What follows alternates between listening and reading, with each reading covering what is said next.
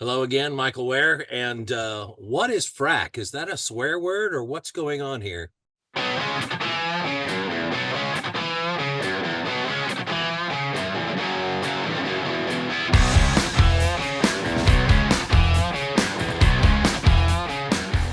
Hey, Michael, thanks for having me on.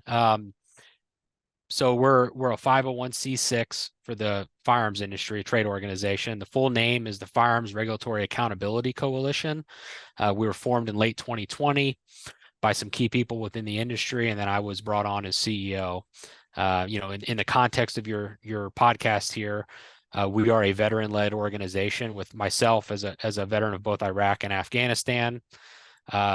As the CEO, and then the chairman of our board, which is Alex Bosco, the inventor of the stabilizing brace, is also a veteran.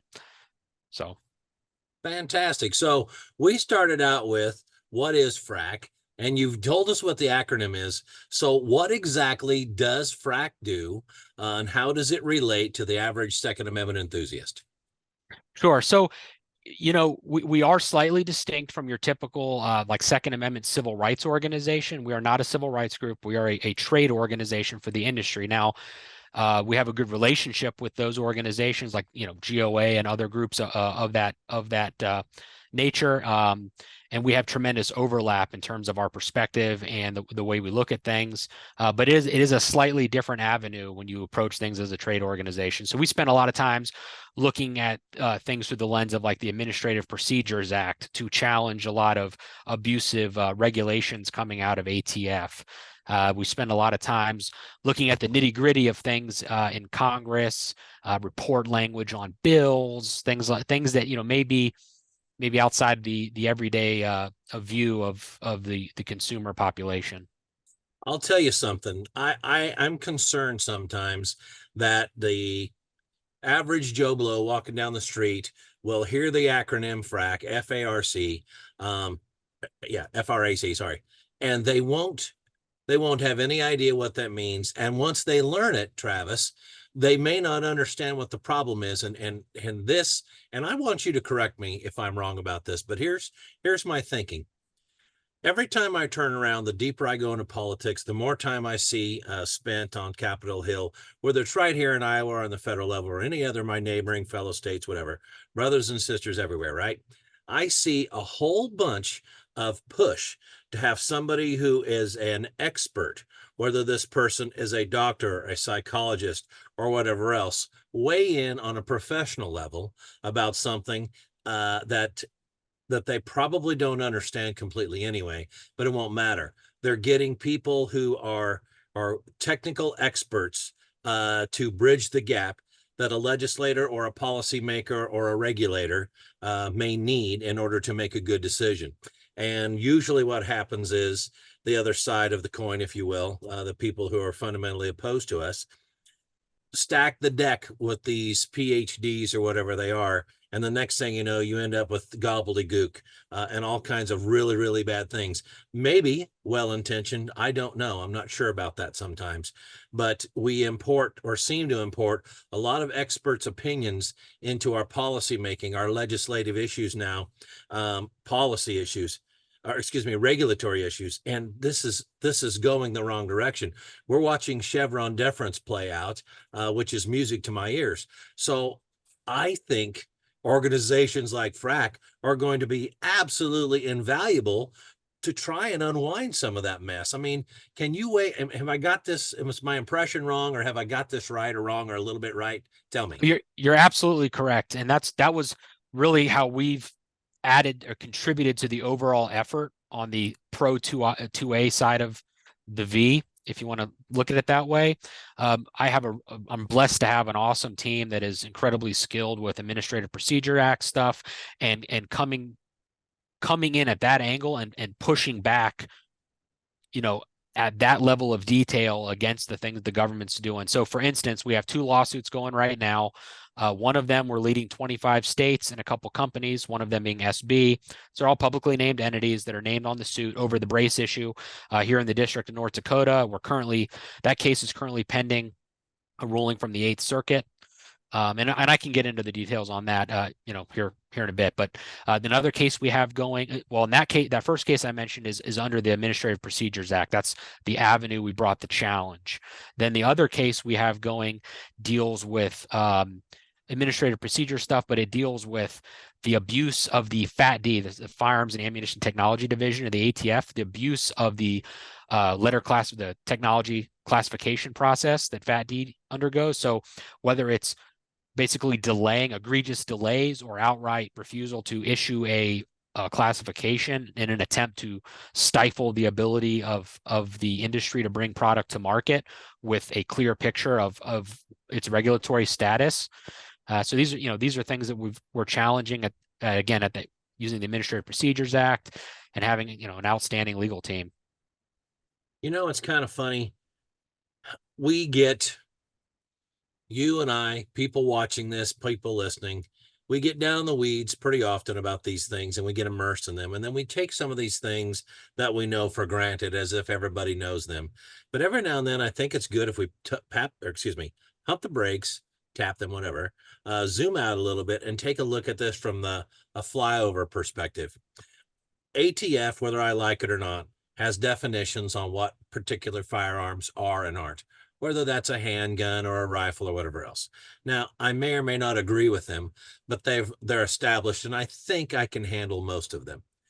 What seems to be a problem here is you've got ATF and some of the others that are contributors saying, no, we don't think this thing does that, or let's go ahead and fiddle around with that thing. And we get down in the weeds because we have to with them, or else we acquiesce if we don't argue and wrestle with them. But at the end of the day, I question whether these guys should be doing any of this stuff, because if we know what the definition of a car is versus a pickup, the exception being maybe an El Camino, then we know what each one of these things does in theory, and then we know what these things do in application. Let them be that. If you put big tires and wheels on your pickup, do I care? No, I do not. You know what I mean? If you put little tiny wheels on your car, do I care? No, I do not. And so I think that it's as simple as doing that with firearms. But we've got a regulatory agency absolutely out of control, doing dumb stuff, and then doubling down on doing stupid stuff. So organizations like yours absolutely have to be there to step in and say, whoa, wait a minute, you guys have outdriven your headlights, back this up. And it looks like it's almost always predicated on squashing industry innovation. And I ask myself, if I remove firearms from the equation, what I'm really seeing is the American government through regulation is saying, we don't want you guys to enjoy your liberties. We don't want you guys to explore freedom.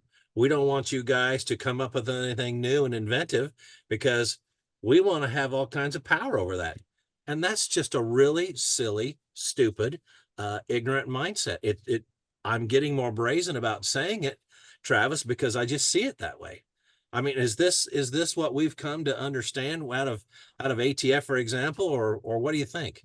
Yeah, I think it's a common trend that we've seen across the board, that the so-called fourth branch of government. And I say that in quotes because it's a de facto thing. It's not supposed to be a de jure thing. It's not in the Constitution, but this sort of regulatory or administrative state that has emerged beyond denial, right, has taken over and really displaced the role of Congress in making our nation's laws in many ways.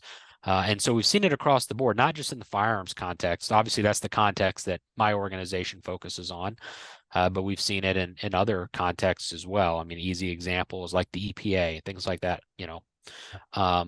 So again, the Constitution provides a framework where the people's voice can be heard, and their representatives will make laws in reflection of their constituents' intentions, right?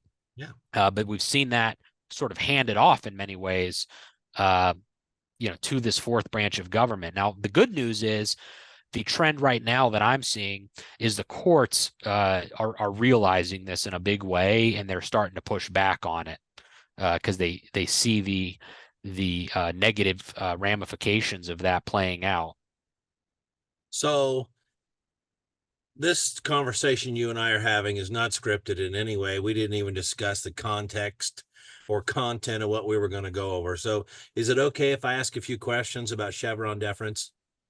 I am not a total expert. You may, by all means, though, go ahead and I'll give you the best answer I can. I'm not either, but as I understand, Chevron was a case, what, 84-ish, somewhere in there. I don't know, 82, 84, 86, somewhere in there. No, Chevron v something. I don't even remember that either.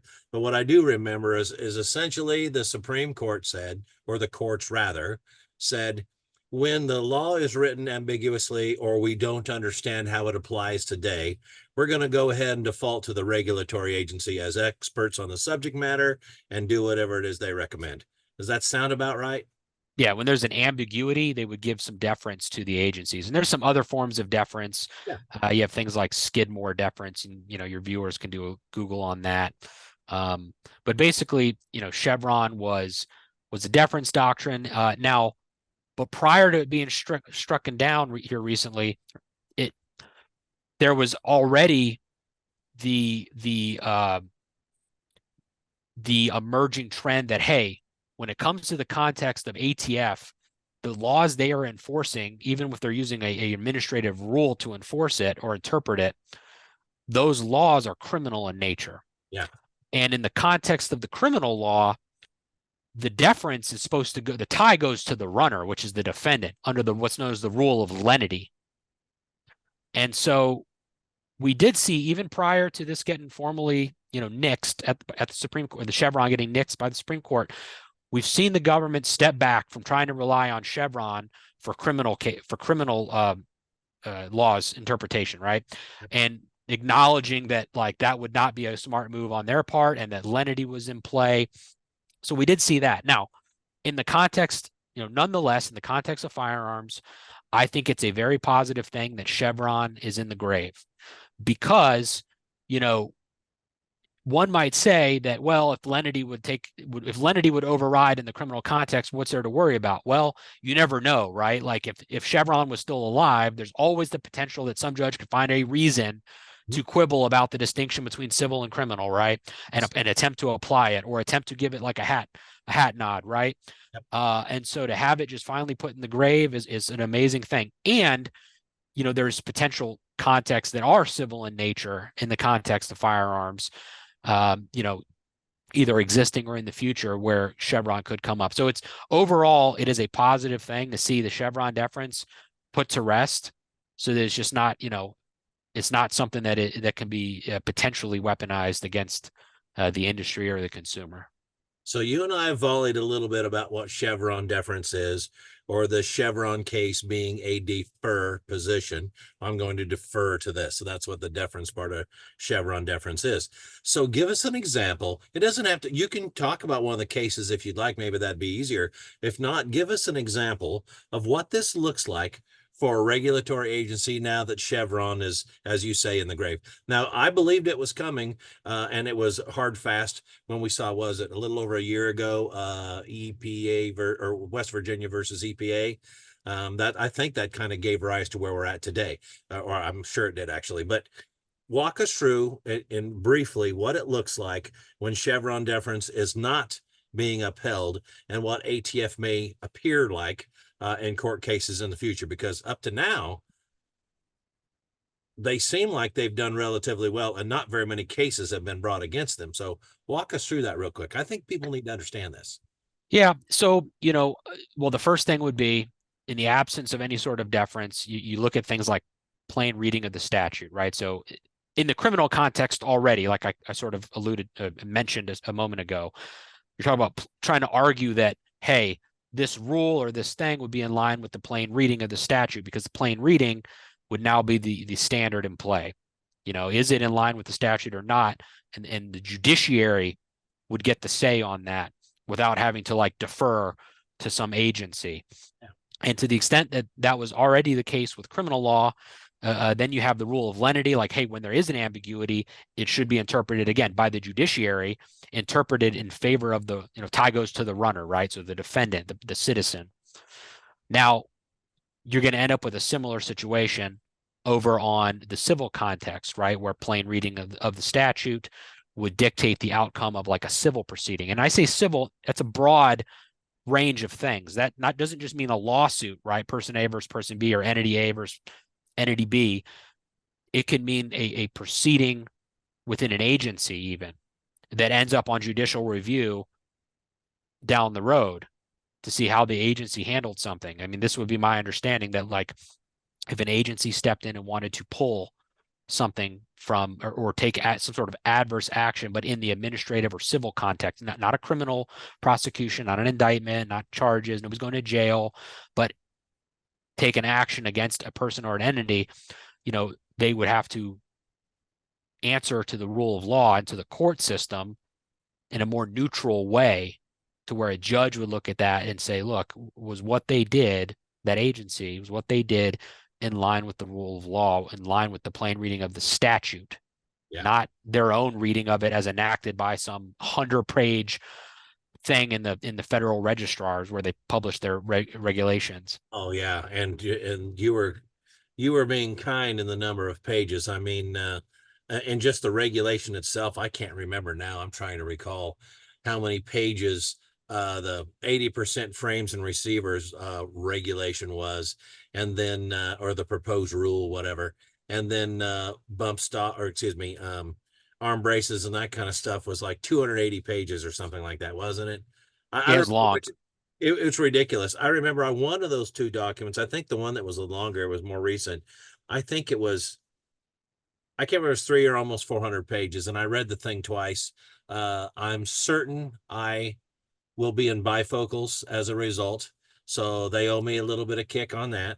But I ask myself, and I try and bounce these things off my wife because she hears me speak a little bit here and there. She's liberty minded, but she doesn't get down the nitty gritty, right?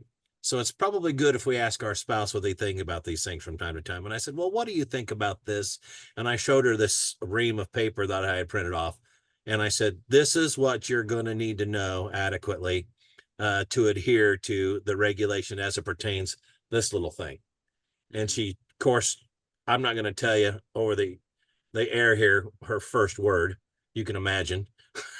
It's not airworthy, but she basically said, how's Joe Blow Main Street, how's Joe American supposed to understand any of this? I said, well, that's that's a fundamental problem. I said, as a career gunsmith, as a former mechanic, as somebody who has a tremendous aptitude for moving parts, as somebody who dives deep into legislation, not a lawyer, whatever else, I can't figure most of this out after 2 readings. So if I can't do this with the technical jargon that's at my disposal in my practice, I don't know how Joe Main Street's supposed to adhere to this. This is absolutely insane.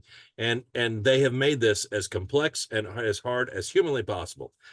That's not an accident. I think that that's deliberate, because I think you could summarize what they were asking in both of those scenarios, whether it be arm braces or 80%ers, in probably a couple paragraphs. Travis, I mean, they honestly could have, but that's not what they do. And so when I see this, I see it clearly as abuse. I It don't know is. if there's another way to see it.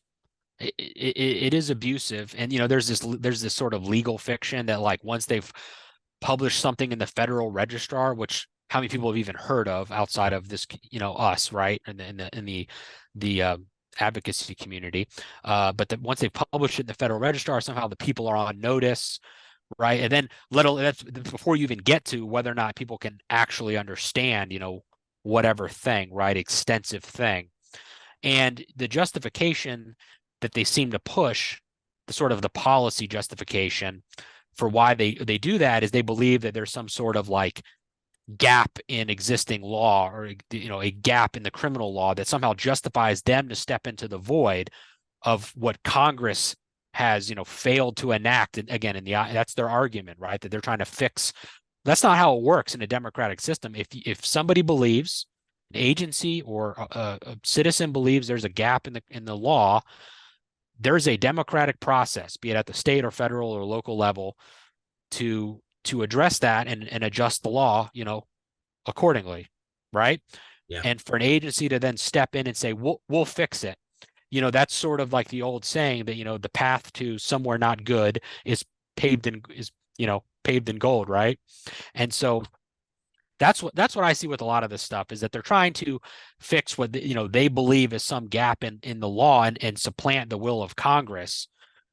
And also, we do have a federal system, so not everything needs a one size fits all solution at the Yep. national level. Like, we have locales and states for a reason. So if there is something that the people, the citizens of a given jurisdiction, want to see addressed in some fashion, I mean, there's more tools in the toolbox in the democratic federal system we have than just, going to Congress, and certainly more tools than trying to go to some agency and asking some bureaucrats Yeah. to step in and just make something up in place of congressional will. Yep. Well, I keep going back to why ATF spends so much time and so much taxpayer money and offers so much trouble over nifty innovations and gadgets, because frankly, that's what a lot of these things are. The AR pistol was still an AR pistol, whether it had a arm brace or not. So why are we trying to reclassify what it is or isn't? Do I think that it's a stretch to make it to an SBR? I'm not sure about that. I'll really have to dissect that one hard, but that doesn't matter to me either, because the idea of an SBR is silly. I mean, we were told in no uncertain terms when it became a thing, we need to get our hands on organized crime. We need to get this, and then this will blow off the books. Bald-faced lies. It didn't happen. So they created a category which didn't exist before that, just so that they could have something to complain about. And it seems like we're creating more categories all the time, and it doesn't matter to me. It shouldn't matter to you, and it shouldn't matter to anybody listening. It's ATF, if you're out there listening, it shouldn't matter to you either. Do what you're supposed to do with a handful of classifications that you have, and that's about it. And oh, by the way, I question whether your existence is even correct or not. So maybe you should be looking for jobs. I would if I were you. I don't know how quickly that'll happen or if ever, but to see ATF go away, that will be just fine. The NFA, since we're on that topic of the NFA itself, as the National Firearms Act, for those listening, the body of law that at the federal level talks about, SBR and SBSs and various other regulated items, heightened regulation, right? That is such a flawed law and such an antiquated law. I mean, just at its roots, you talk about a 1930s prohibition era law that, because of the limits, the then existing limits, and this is a whole other topic, on interstate commerce jurisdiction of the federal government, they snuck that in, or they moved that into federal law under the taxing and spending clause in the Constitution that basically allows the federal government to legislate to raise taxes. Yeah.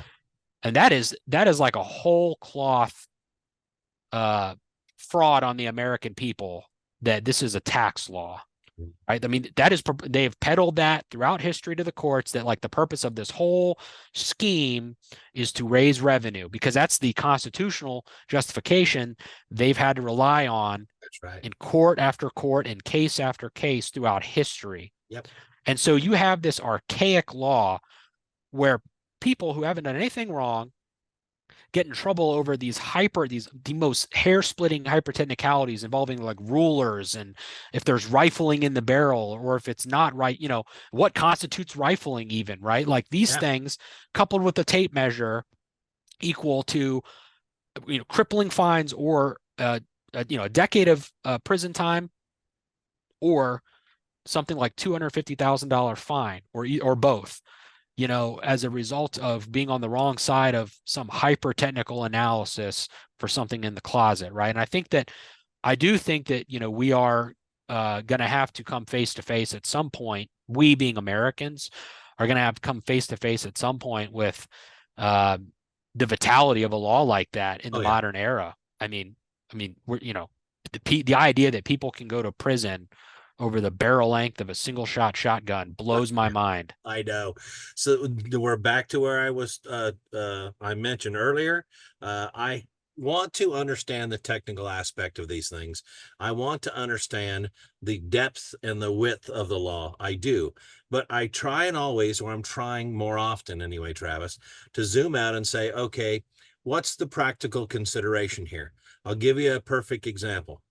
A few years ago, some changes were made to the Iowa DNR and what weapons were acceptable to use during the deer gun season, right?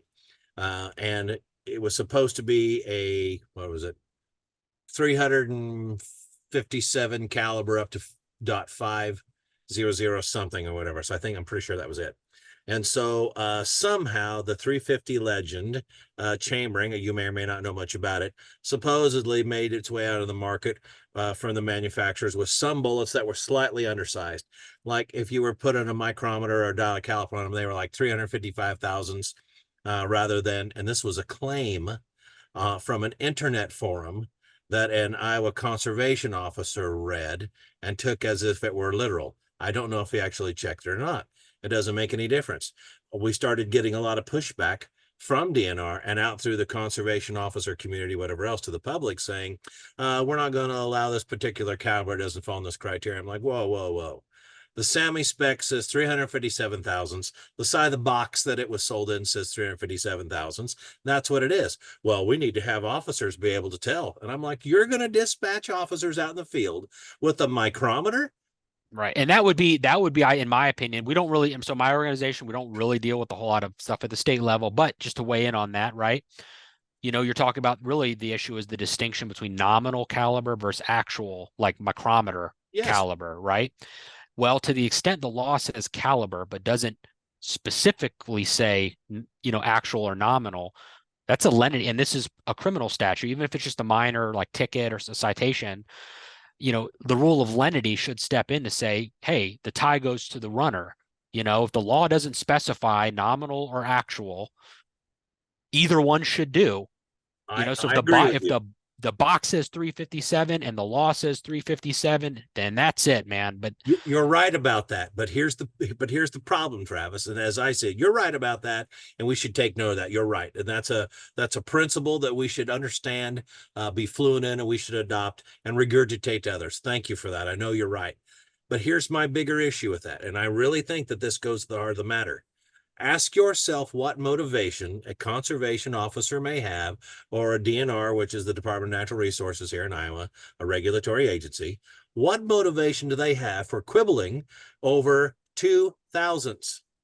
And since this object is round, the bullet is its bearing surface is round, it's 1 thousandths bigger on one side and 1 thousandths bigger on the other side. Does that make it inherently more or less lethal on deer or deer-sized game? No, it does not. Does it have any practical application downrange in terms of terminal ballistics? None that you could ever chart. There's no way to do that, even with ballistic gelatin and solid state testing and constants being tracked against variables. No discernible difference. So why are we going to go out there and deliberately look for people to ticket, confiscate their weapons, and shoo them out of the outdoors and get rid of them when the same entity cries crocodile tears every year because they don't have enough people entering the outdoors and people aren't buying enough tags and they're constantly underfunded? Think about the mentality associated with making that a problem simply so that you could act on it and take your thumb and do this. Right. That's the problem. That's the problem with these government agencies. This is why I cheered when I heard about Chevron deference. This is why I cheer when I listened to FRAC offer what you guys were offering on the panel at GunCon and these other places. This is why I cheer, because people need to know that's inherently the wrong way to think. It's the wrong way to behave, and we need to knock that out of here. This country was never founded on principles like that. It was founded on the opposite. So why do we keep elevating people into positions of authority that think and behave like that?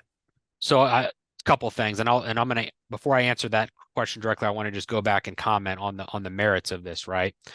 Again, a little outside of my wheelhouse here at work, but I am a hunter and I fully support outdoor recreation and hunting. I think it's one of our core traditions as Americans. And when you look at the policy basis for something like a caliber restriction during a big game season, be it deer, bear, whatever, right? The notion there is it's not just the caliber. What they're really trying to impose is ensuring that there's terminal ballistics or kinetic energy sufficient to be humane and used to hunt, harvest that game, right? So the irony that when you explain this to me, the irony in them quibbling over diameter when the diameter is just a sort of loosely connected, honestly, because you could in theory have something that complies with diameter but is underpowered. But anyway, but it generally would correlate with the kinetic energy. But here's the irony with that. When you look at the kinetic energy equation, velocity gets squared, mass does not. Yes. And so to the extent that something has the same powder load but a slightly tighter diameter, guess what you have more of? More kinetic energy when it hits the target. Boom. Now, in terms of, the bureaucracy, one of the biggest issues I see right now across the board, because I deal with a lot of things. I mean, I have so my organization, all of our members are industry groups, companies. We don't have consumers that are, members. Yes. We have consumers that support us, but I'm grateful for that. But our members, our formal members, are all companies. Some of them deal with consumer product. Some of them deal with, government sales. We have exporters. We have domestic retailers. We have distributors. We have everything in terms of the guns themselves. We have everything from, suppressors to military grade weapons to the consumer stuff in the middle, right? So, I look at the wide range of things, right? Whether it's the shortcomings of the manufacturing base to support some of the ongoing foreign policy hotspots, right? Without getting into the merits of those, I'm not trying to get into that controversy, but to the extent that like a decision has been made on this, Ukraine, for instance, right? Like, what are the things that are inhibiting the industry from meeting its demand in that context?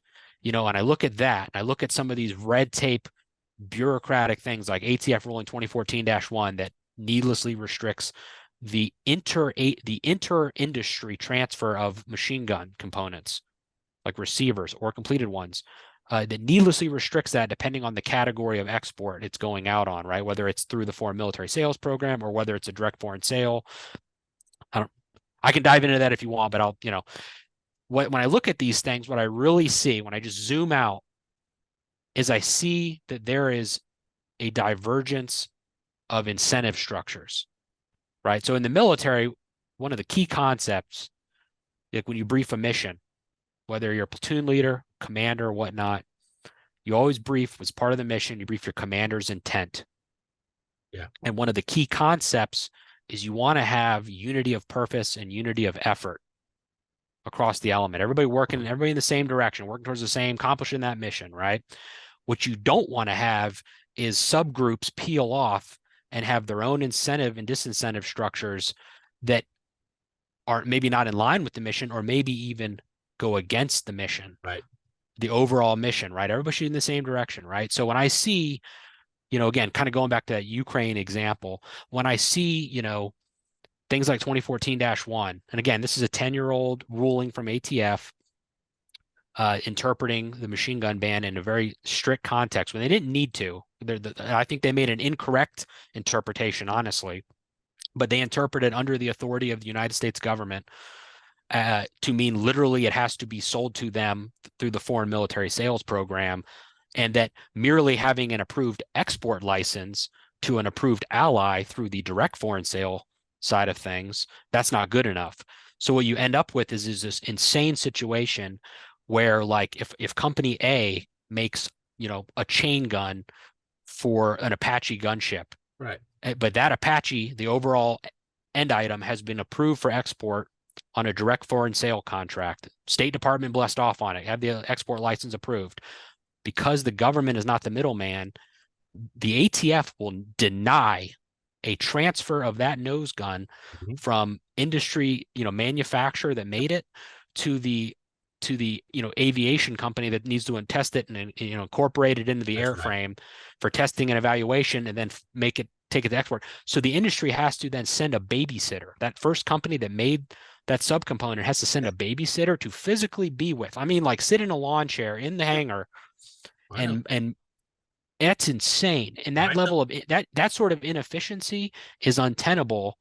And when you're in sort of crisis or a global power struggle as we are in right now, I believe, these things are going to have to get addressed. I'm a Type 7 FFL manufacturer. I know exactly what you're talking about. If I have a component that ATF it's on, or their component, and that's the funny thing, the component might be a machine gun receiver, just a block of metal, no, no barrel, no bolt, no method of making it cycle, no other components, just this hollow chunk, right? They consider that a machine gun. Whether anybody else does or not is irrelevant.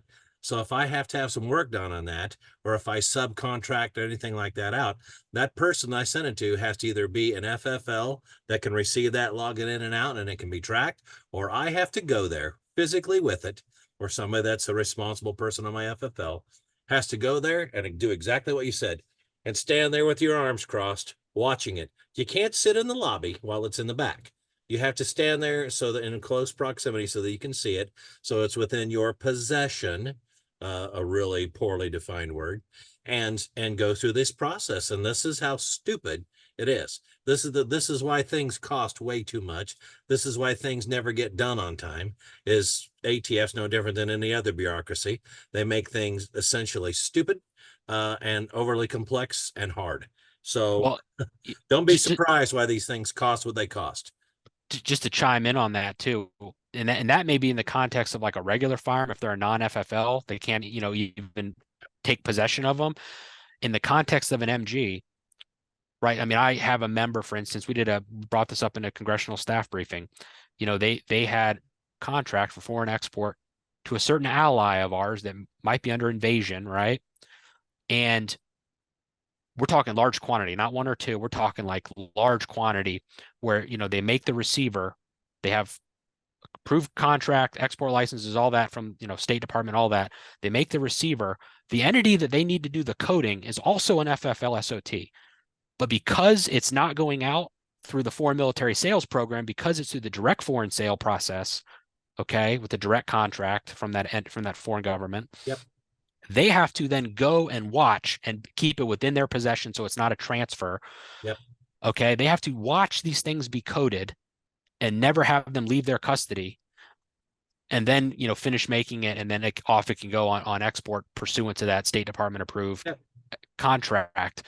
I mean, we're talking SOT to SOT. We're not talking people on the sidewalk. We're not, and that's the sort of inefficiency that I think is simply untenable. And I hope that this situation with all these conflicts that are emerging right now, I hope that one of the byproducts of these situations, these conflicts, is that it will highlight some of these rough points that have been sort of lingering in the background for, like 2014-1 for a decade now, right? But now it's at a point where it's untenable. Yes, but here's the problem with this, and we probably should get back on track so everybody can bring it full circle. But I think the problem with is the perception out here in the cheap seats. Doesn't matter voter registration or identity or whatever else with the industry, inside or out, it doesn't matter. I think that they see people that are on the level that you described for a GA8U that's going to go under a some sort of Warthog airframe, whatever it may be. They see that as big players, the military industrial complex, and they don't care. They think everything, well, these guys are Halliburton. They're making more money than, got more money than Croesus. Why do I care? And so they don't understand that whether it is the big guy that makes a lot of money or it's the little guy right here, it's all the same person. And it's all the same boot on our collective necks. And so there is a reason to care about that. So let's bring this conversation full circle. I'd like to be able to express across to the viewers here why it is they need to support FRAC and how they can do that. So let's tell them. Awesome. So you can go to fracaction.org. You're welcome to make a donation. I'm grateful for that. And when we talk about complex rules like this, to bring it full circle, right? How does it apply to everyday citizens and everyday small businesses, right? Right. Theoretically, you're an SOT, right? You should be able to participate as some sort of subcontractor and be part of the overall national effort, even in your own way, even if it's in a scaled down way. The having that massive production capacity at that small level, that you might say mom and pop brick and mortar level, should be able to be consolidated as part of our overall defense capacity as a nation, right? But the problem is with these insane bureaucratic rules, the larger companies, they can absorb that additional compliance cost. Right. That's right. You know, you got to pay somebody to go sit in a lawn chair for 24 hours and take two people because they got to take shifts, right? You know, so a big company, that's like, it's 2 employees, but like for your company, that might be like your only 2 employees, right? So it's untenable, right? So these sort of increased bureaucratic this increased bureaucratic overhead has the effect of crushing out small businesses from Oh, being without a able doubt. to participate in industry for these things and consolidating that upwards to the bigger entities. And that's one of the issues I see with this. You're right about that. I have run into many people in my time in industry. Uh, Gosh, there's a whole bunch of them that are really bright people that have fantastic innovations, and their ideas were either stolen or more often simply went the way of the dodo because they couldn't make it past or through this red tape and these hurdles and this expense. And they had things that could help people, that save Mm-hmm. lives, that make a big difference in the everyday lives of people. I mean, you mentioned you were in 2 different theaters. I wonder, could some of these things, I've talked with these guys around the campfire over the phone, you get together at industry functions or whatever else at the range, and they talk about it. I'm like, man, that's really exciting. I wonder if, and then I ask myself, I don't think he's probably going to get there. I mean, is there any way that he possibly could? And the answer is when you're a little guy, probably not. So what does that really mean for you and I? Again, zoom all the way out, 40,000 foot overview. What that really means is there's a net lowering of the quality of what we could offer a serviceman in his service. There's a net lowering of what we could offer some lady who just needs something to protect herself when she drops her kids off in the circle drive at school and on the way home. You know what I mean? Mm-hmm. We are lesser for making these things almost impossible. And that's wrong. That is not what this country was founded on. That it's not the way we should go. Yep.